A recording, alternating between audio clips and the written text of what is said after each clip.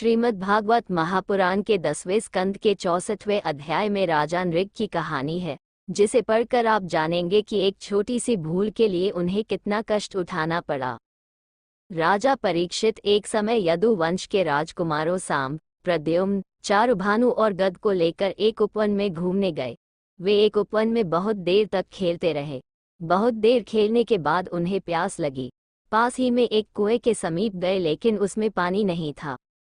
वहां एक पर्वत के समान एक गिरगिट जैसा दिखने वाला जीव दिखाई दिया। उस जीव को देखकर वे कुछ समझ नहीं पाए और उसे कुएं में पड़ा देखकर उसे बाहर निकालने का प्रयास करने लगे। एक रस्सी के सहारे से उसे बाहर निकालने की प्रक्रिया शुरू हुई, लेकिन वे उसे नहीं निकाल सके।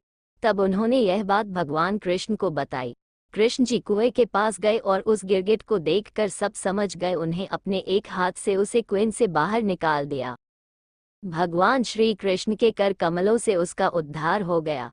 वह स्वर्ण के समान कांति लिए एक देवता के रूप में प्रकट हो गया। ये देखकर सभी आश्चर्यचकित रह गए, किंतु भगवान कृष्ण जी यह सब देखकर मुस्कुरा रहे थे। उस देवता ने श्री कृष्ण को दंडवत प्रणाम किया। तब कृष्ण जी ने कहा कि मान्यवर, आप अपना परिचय बताइए। तब उस देवता ने भगवान से कहा, प्रभु आपसे क्या छिपा है, फिर भी मैं बतलाता हूँ। मैं इक्ष्वाकु का पुत्र नृग हूँ। मैं महादानी के रूप से विख्यात था। मैं नृग राजा के नाम से विख्यात था। मैंने हजारों गायें दान की, जिनमें कपिला गाय, दुधारू, सीधी व सुंदर सुलक्षण गायों के सींगों पर सोना मढ़वाकर उनके बछड़ों के साथ वस्त्र, माला, आभूषण से अलंकृत गायें शामिल थीं। मैंने दूर दूर से तपस्वी, वेद पाठी तथा गुरु स्वरूप युवकों और श्रेष्ठ ब्राह्मणों को ये गोदान दिया। इसके अलावा मैंने भूमि, घोड़े, हाथी, सोना, वस्त्र, रत्न, गह सामग्री और रथों को दान दिया। साथ ही जगह जगह कुएं और बावली बनवाई।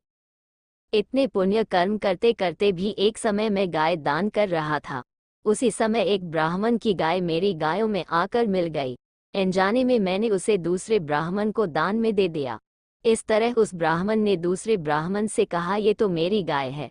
ये सुनकर दान लिए ब्राह्मण ने कहा, ये गाय तो मुझे राजा नृग ने दान में दी है।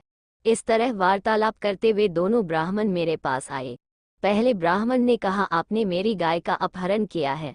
वहीं दूसरे ब्राह्मण ने कहा, आपने मुझे ये गाय दान में दी है।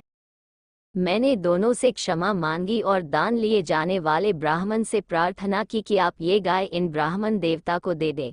बदले में मैं आपको 1,00,000 श्रेष्ठ गाय दे दूंगा। किंतु वह नहीं माने। फिर मैंने पहले वाले ब्राह्मण से भी यही आग्रह किया, हे ब्राह्मण देवता, मुझसे अनजाने में ये पाप हो गया।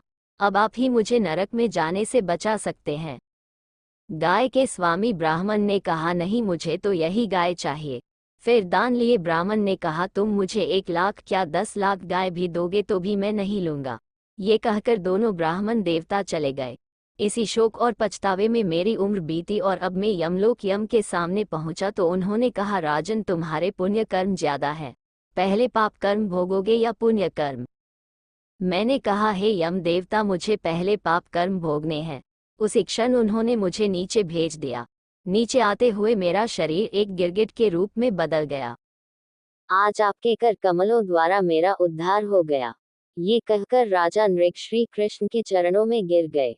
भगवान के चरणों में बैठकर वे भगवान श्री कृष्ण का गुणगान करने लगे। कुछ देर बाद एक विमान आया। श्री कृष्ण के चरणों की रज को माथे पर लगाकर राजा नृग उस विमान पर चढ़कर स्वर्गलोक को चले गए। इसके बाद राजा परीक्षित को श्री कृष्ण ने संदेश दिया, दुर्जर बद ब्रह्मस्वम भुक्तमग्नेर्नापि तेजयसो एसपी किमुत्राज्ञामीश्वरमानी नाम।